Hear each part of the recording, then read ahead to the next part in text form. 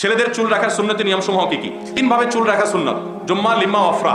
কান বরাবর, কাঁধ বরাবর, দুইটা মধ্যখান বরাবর, এই তিন ভাবে চুল রাখা সুন্নত। আর পুরো মাথার চুল ছোট করা জায়েজ আছে।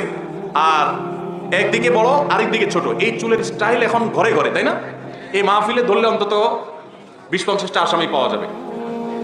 এদিক দিয়া বিশাল বড় বড় চুল, আর এদিক দিয়ে চেঁচে ফেলছে পুরো, আছে না ভাইরা আমার? আমি চিন্তা করি, হাদিসে যেটা নিষেধ, শয়তান ওইটাকেই কেন প্রমোট করে? আপনারা অনেকে জানেন না হয়তো, নবী সাল্লাল্লাহু আলাইহি ওয়াসাল্লাম কাযা করতে নিষেধ করেছেন। কাযা মানে হলো মাথার এক পাশে চুল আছে আর এক পাশে চেঁচে ফেলছেন। বিভিন্ন খেলোয়াড়, বিভিন্ন অ্যাক্টরদের অনুসরণ করতে গিয়ে এরকম চুল রাখেন, আছে না অনেক ভাইরা? এটা গুনাহের কথা, এবং এরকম চুল রাখা জায়েজ নাই, এগুলো উদ্ভট। আপনি চুল যদি রাখতে চান, একটা মার্জিত সিস্টেমে পুরো মাথার চুলকে একরকম করেন। কোথাও একটু বড় ছোট হতে পারে, হালকা এদিক সেদিক, কিন্তু একদিক দিয়ে আস্ত চুল রাখলেন, আরেক দিক দিয়ে চেঁচে ফেলছেন, এদিক দিয়ে আবার জুটি লাগিয়ে দিয়েছেন মেয়েদের মতো, এদিক দিয়ে আবার চেঁচে ফেলছেন।